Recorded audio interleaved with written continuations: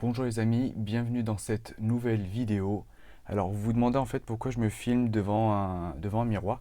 En fait si vous avez vu la vidéo d'hier, vous avez remarqué que j'avais un petit peu le cadrage qui était pas bien parce que ma tête n'apparaissait pas, en fait ça s'arrêtait là. Mais vous avez surtout remarqué qu'en fait j'avais dû vous montrer mon écran pour vous expliquer en fait comment faire un mind map.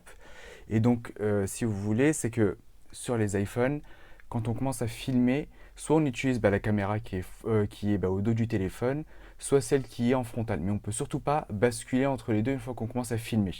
Donc, ouais, là je vais penser à être cadré aussi. Et donc voilà, hier quand j'ai voulu me filmer, j'avais juste posé le téléphone sur une table et j'avais pensé que j'étais cadré parce que j'avais regardé rapidement avant de lancer la vidéo. Et c'est qu'après que je me suis rendu compte qu'en fait, voilà, il manquait ma tête.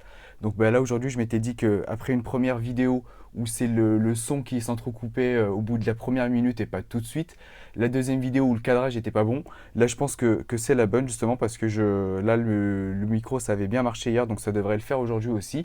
Et puis pareil pour le cadrage, je pense que ça devrait être bon. Donc pour pas que je tarde trop, on avait vu hier la première étape pour faire les mind maps et moi j'avais appliqué ça en fait à l'UE1 du DSCG sur un des chapitres. Et ce qu'on va faire aujourd'hui c'est qu'on va continuer. Donc forcément si vous n'avez pas vu la vidéo d'hier qui est en fait la première étape pour faire les mind maps, n'hésitez pas à la regarder sur ma chaîne. N'hésitez pas à la regarder sur ma chaîne avant de regarder celle-ci, c'est quand même mieux. Et puis voilà, moi j'attaque directement, comme ça la vidéo sera pas trop longue. Donc juste pour rappel en fait, ce que j'avais dit, je vais vous montrer mon écran directement. Ce que je vous avais dit en fait, c'est que quand on découvre un cours, c'est un peu comme quand on fait un puzzle.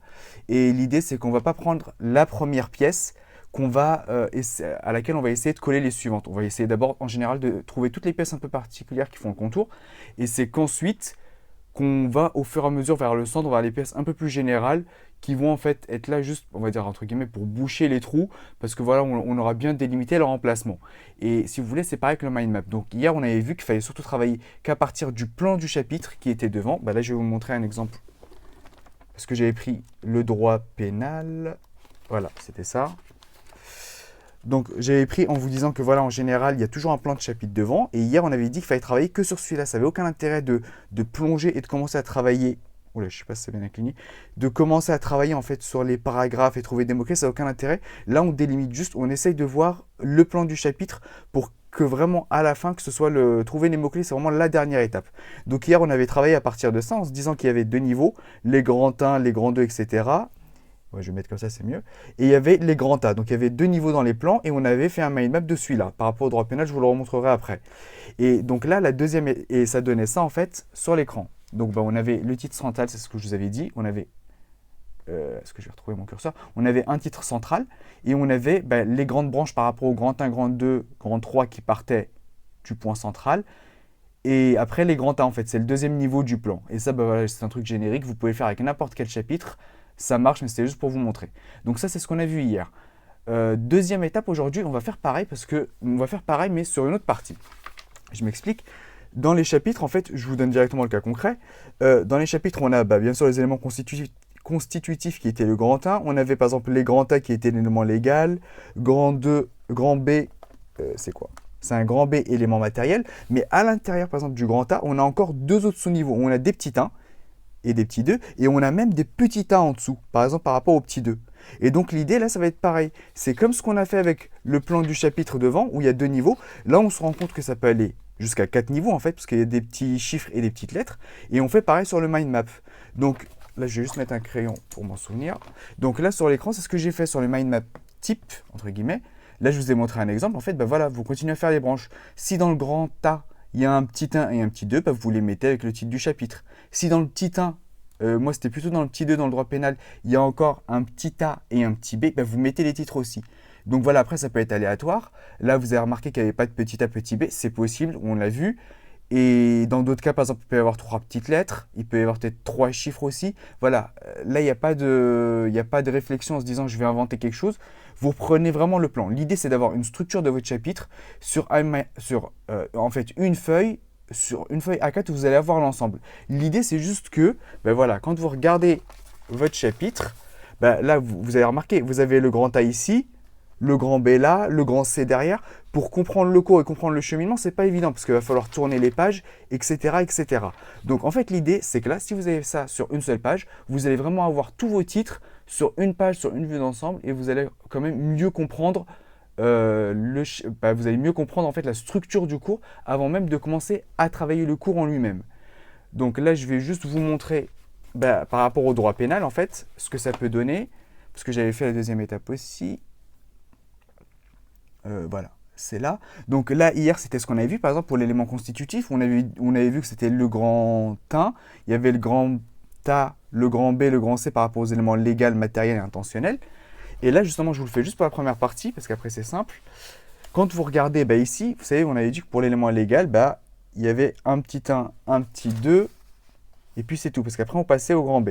Donc, vous, en fait, dans l'élément légal ici, vous allez rajouter des branches. Là, c'était le titre qui est vraiment repris. Là, je l'ai pris en entier pour le moment. Toute infraction est définie par un texte pénal. Et là, ça part vraiment, en fait, ça correspond vraiment au petit 1 qui est là. Et l'application de la loi pénale, en fait, c'est pareil. Là, en fait, vous avez un petit 2, un petit A et un petit B après. Et donc là, j'ai refait pareil. J'ai fait une application de la loi pénale dans le temps et dans l'espace. Donc voilà, en fait, cette deuxième étape est aussi simple que la première. C'est juste qu'on va un peu plus en profondeur, là en regardant, on va dire, la structure un peu plus en détail par rapport à ce qui est mis dans le chapitre et pas uniquement ce qui est mis dans le plan du chapitre devant. Donc vous l'avez bien remarqué, jusqu'à maintenant, je n'ai pas encore travaillé le cours ou fait quoi que ce soit. L'idée là, c'est juste en fait de comprendre la structure du cours et en fait d'avoir une vue d'ensemble qui vous permette de mieux comprendre le cours et de mieux comprendre comment ça s'enchaîne aussi. Donc voilà pour cette deuxième vidéo. Vous avez pu remarquer que c'était hyper rapide et c'est hyper logique comme le précédent. Donc voilà, là vous suivez juste la structure du cours et vous reprenez votre plan qu'il y a dans le livre et vous le remettez en fait sur un mind map. L'idée voilà, c'est juste d'avoir la structure avant de pouvoir travailler, avant de rentrer vraiment dans le dur.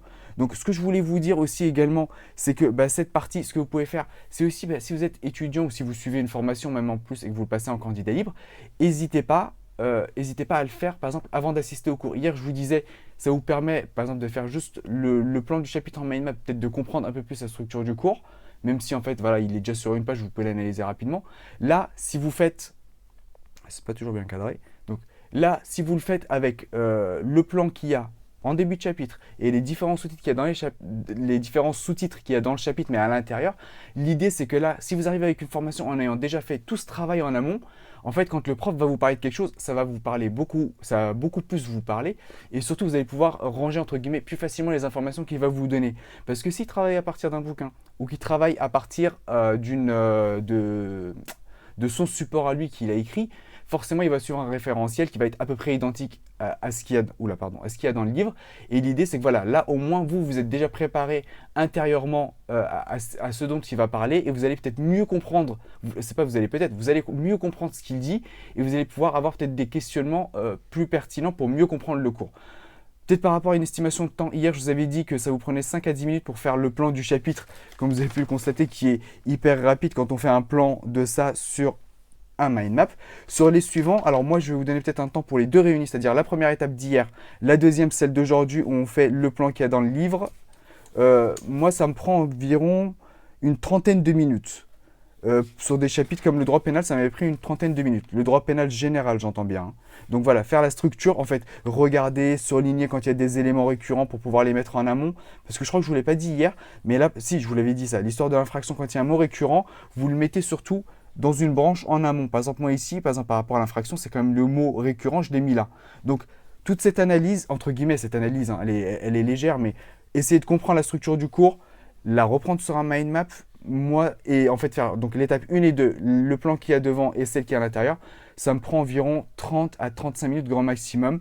Et voilà, ça vous permet quand même un gain de temps que vous soyez en formation parce que voilà, ça vous permet de vous préparer déjà à ce que le prof va vous dire. Ou alors, si vous le faites tout seul, vous vous préparez aussi déjà en ayant une vue d'ensemble par rapport à tout ce qui va être dit. Donc la vidéo, je pense, est déjà assez longue. Je pense avoir fait le tour de tout ce que je voulais vous dire pour cette deuxième étape. Je vous souhaite une bonne journée. J'espère que ça vous a plu. Et puis, si vous avez des questions, n'hésitez pas à me les donner en commentaire, à me les poser en commentaire. Je tâcherai d'y répondre. Et puis, je vous souhaite une bonne journée. Je vous dis à demain. À bientôt. Au revoir.